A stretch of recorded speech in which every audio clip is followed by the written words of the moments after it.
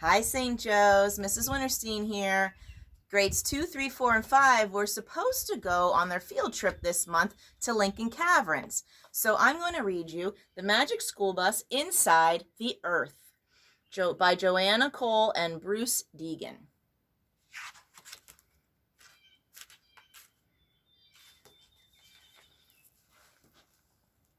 It's your turn to be the ant monitor, Arnold. The ant monitor? Is it always like this in Miss Frizzle's class? You'll get used to it. In Miss Frizzle's class, we had been learning about animals' homes for almost a month. We were pretty tired of it, so everyone was happy when Miss Frizzle announced, "Today we start something new." Something new, thank goodness. Get off.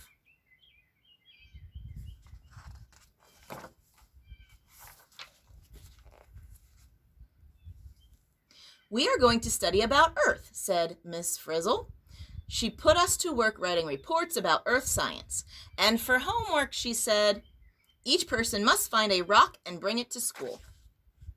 Don't you often wonder what is inside the Earth? Not often. But the next day, almost everyone had some excuse. "I couldn't find any rocks. I found one, but my dog ate it." Your dog ate a rock?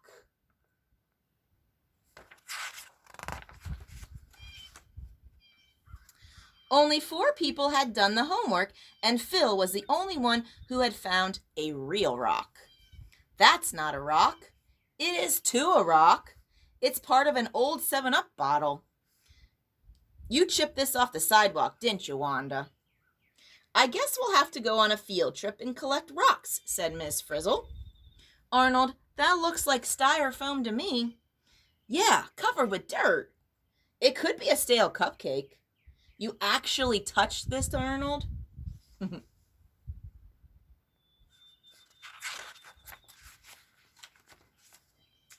You never know what will happen on a trip with Miss Frizzle. Her new dress was a trip in itself. At first, the old school bus wouldn't start, but finally, we were on our way. I can't believe Miss Frizzle dresses like that. You'll get used to it. When we came to the field, all the kids wanted to get out of the bus, but suddenly the bus began to spin like a top. That sort of thing doesn't happen on most class trips. I'm getting dizzy. Fasten those seatbelts, children. Miss Frizzle, when can we collect rocks?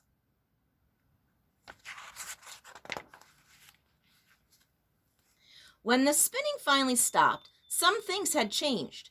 We all had on new clothes. The bus had turned into a steam shovel, and there were shovels and picks for every kid in the class. "Start digging," yelled Miss Frizzle, and we began making a huge hole right in the middle of the field. This isn't exactly easy. At least we're missing spelling.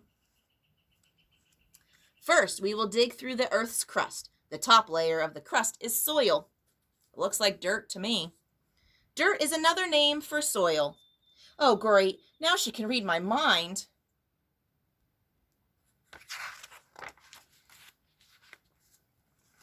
Before long, clunk, we hit rock. The Frizz handed out jackhammers. We began to break through the hard rock. I'm not used to Miss Frizzle yet. Give it time. "Hey, these rocks have stripes," said a kid.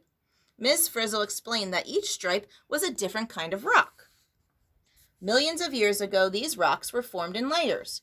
This tan rock is called sandstone. This gray stripe is shale. This white rock is limestone. Layers, like a cake. Don't try to eat it.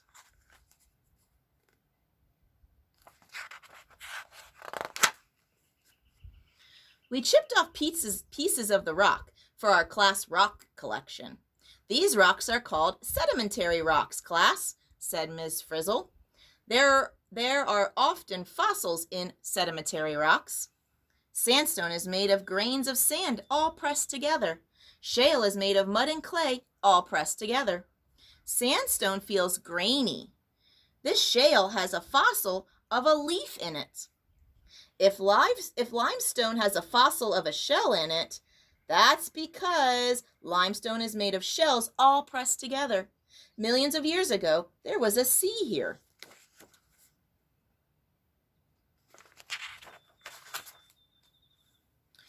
Wouldn't you know it, just when we were finding lots of fossils, Ms. Frizzle said, "Back on the bus, kids." Then, as we were diving along, we heard the rock crumbling underneath us. Down we went. Everything was pitch black, and we were falling, falling, falling. I'll never get used to this. Class, we're now going deeper into the earth. I'd rather be going back to school. I can't believe I just said that. We're falling. Help! Wah!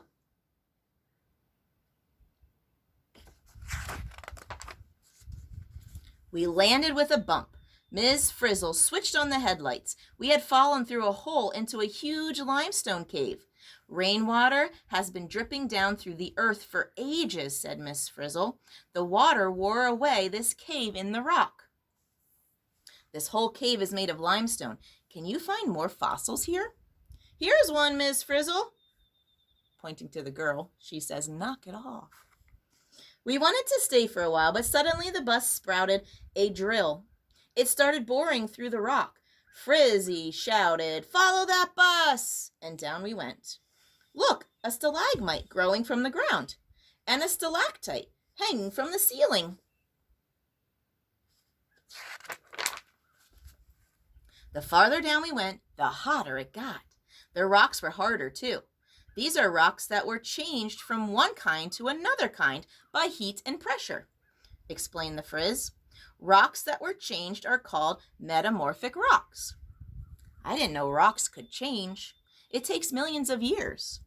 This beautiful marble used to be limestone. They make statues out of marble. Then we have limestone plus heat plus pressure plus time equals marble. This rock used to be shale. It was changed to slate. Slate is harder than shale. This rock is very hard.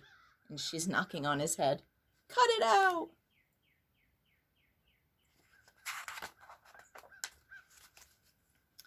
We went down even farther toward the center of the earth. We hit rock that was formed billions of years ago from a pool of melted rock under the earth's surface. Rock like this is called igneous rock. This igneous rock is called granite. Many buildings and monuments are made of granite.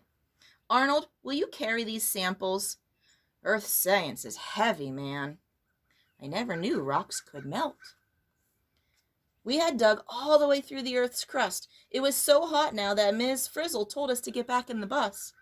We're lucky the bus is air conditioned. What is your favorite rock? Rock and roll.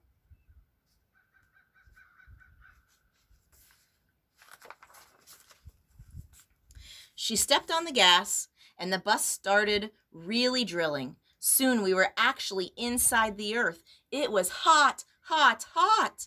And it got hotter and hotter as we zoomed toward the center. Here you can see all the different layers. We were glad when Miss Frizzle headed out again. We reached the earth's crust and drove straight up through a tunnel of black rock. It was great to see the sky.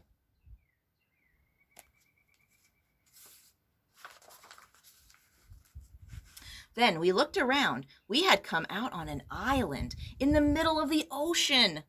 Isn't this wonderful, class? Said Frizzy. We've driven right up a volcanic island. It didn't look like much, but if Miss Frizzle was right, the whole island was one big volcano. I want to go home. We were nervous, but Miss Frizzle made us collect some rocks. She said they had all hardened from melted rock that had come out of the volcano. Then suddenly we heard rumblings from below. The black rock we're walking on is basalt. This shiny volcanic glass is obsidian. Hey, this rock floats. That's pumice. Air bubbles inside make the lightest rock there is. I hear rumbling. Is that your stomach, Arnold?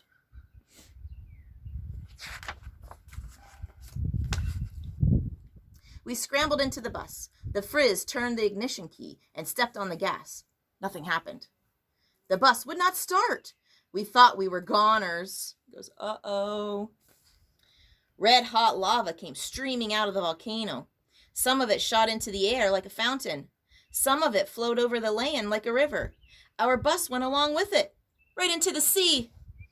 Class, when this lava hardens, it will be the newest rock on Earth. Who cares? Just get us out of here.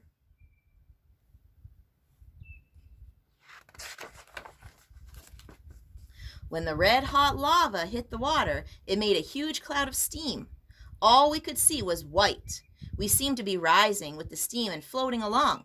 No one knows how long we floated in the cloud. Where are we? I don't know, but I have to be home by 3:30. But when it finally cleared, we were back in the school parking lot. Did we really go inside the earth in that beat-up old bus? Who knows?